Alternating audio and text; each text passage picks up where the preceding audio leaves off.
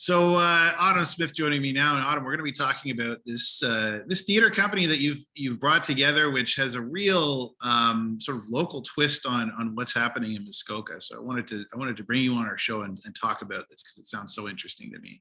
So Autumn, tell me first of all about this theater company and how you brought this together. Oh, well, hey, thanks for having me. This is amazing. Great opportunity to talk about what I do and what the company does. The company's fairly new and has been kind of put on hold because of COVID. Our goal was to do something at the wharf in Gravenhurst this year, but it's a little risky when you're starting a company and you've got this blight hanging over us. You don't know who's going to show up, if it's going to be safe, if it's going to get shut down. So we're going to start next year and do it at the wharf and maybe other locations throughout Muskoka. And it's going to be based on local stories from this place. It's for the people, by the people mentality, right? Like, what has happened in this place? How can we share those stories with a wider audience?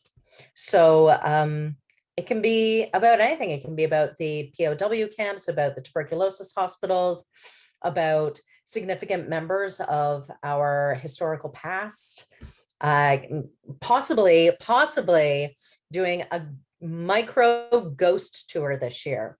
That's a TBA right now. There's a lot of hoops to get through, but possibly going to do that because I'm intrigued by ghosts. It's how we met, right? Mm-hmm. And yeah, and local lore.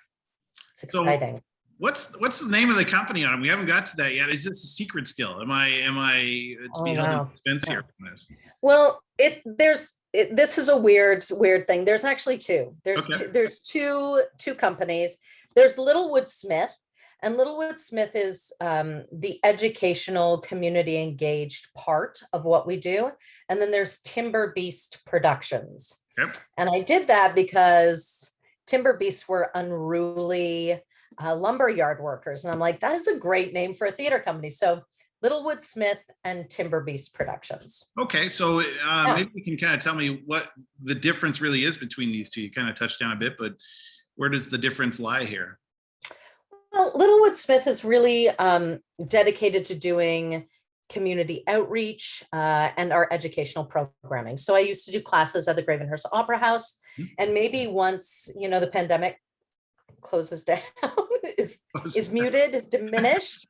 Yeah. We'll get back to that because it's great, and I'm all about allowing youth to find their own way through their creative process. Mm-hmm. It's very much about who they are and what their voice is in the artistry. So it's a different approach than other drama schools.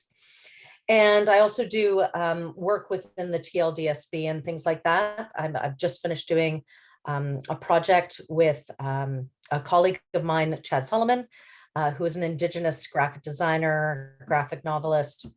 And we did something all around the 7 grandfather teachings. Mm-hmm. So that's something that is still cycling through in the TLDSB. And it's been really, it's been a gift. It's been really great.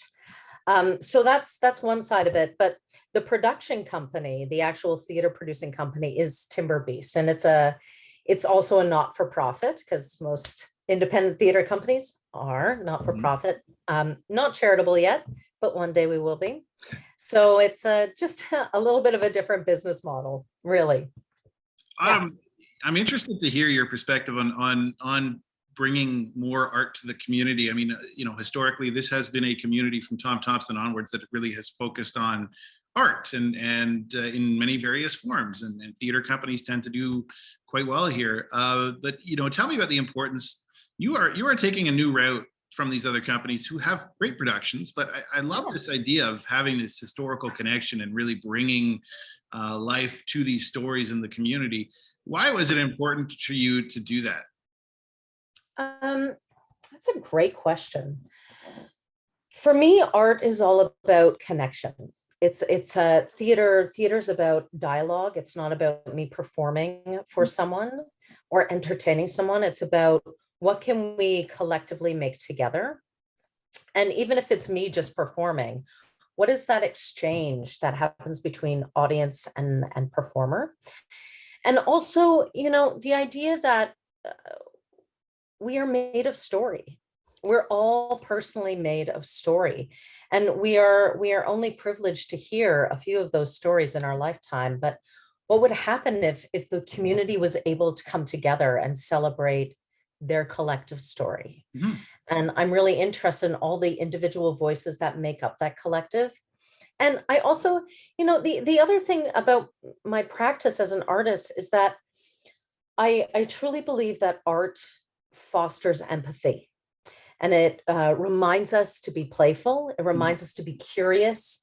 It reminds us to sit and wander and to listen and just engage the world with an open heart and an abundant mind, right? So that's kind of my way in to the work. I'm also really into history. I'm a bit of a dork that way, I guess. I think history is something to be valued. I also think that it holds many lessons. So how can we use those lessons to learn from them and to propel forward in a new way? So the timing yeah. is so good because I mean, we are at a pivotal point of where history is sort of meeting resistance to what we are learning now, right? And stories have never mattered more than at this point of our lives and what's happening in our community and things like that. And you make a great point about how we need to really look at things through a certain lens, right? And find maybe the entertainment value, but also like the importance of hearing these stories, right? Yeah, absolutely. And if you think about it, historically speaking, imagine what happens after every plague in history. Mhm. There is an artistic renaissance, Yeah. right? Because we're starting to figure the world out anew again. So it's fascinating. For me, it's really interesting work. And I'm fairly new to Muskoka. I've been here full time about 3-4 years. Mhm. And it's a place that's always been close to my heart. I grew up going to Santa's Village. My grandmother had a cottage in Dalrymple, Okay. and which is Simcoe, Muskoka area. And I just love the expanse, the possibility of finding new little nooks. Mhm. I loved the space to explore here and the beauty. We're surrounded by beauty every single day. Even if it's pouring rain, there's an abundance of beauty.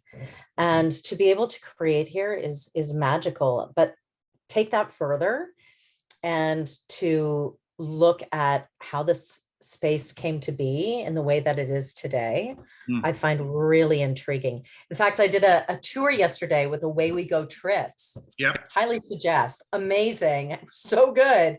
But just the things that I learned on that, I was like, wow, there's so much to be mined, right?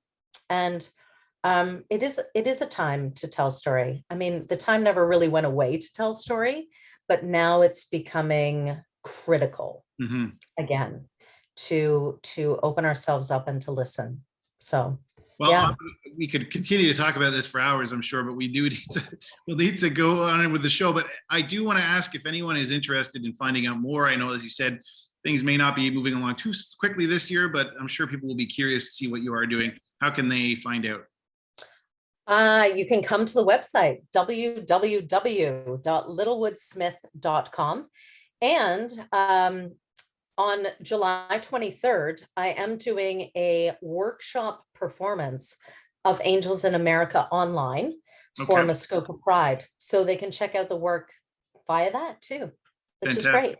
That's fantastic. Well, we look forward to some of the great things you're bringing forward. We will be talking again soon, I'm sure, about some of these things. So we'll look forward to that. We'll have you back on the show again. I love it. Time today. Thank you.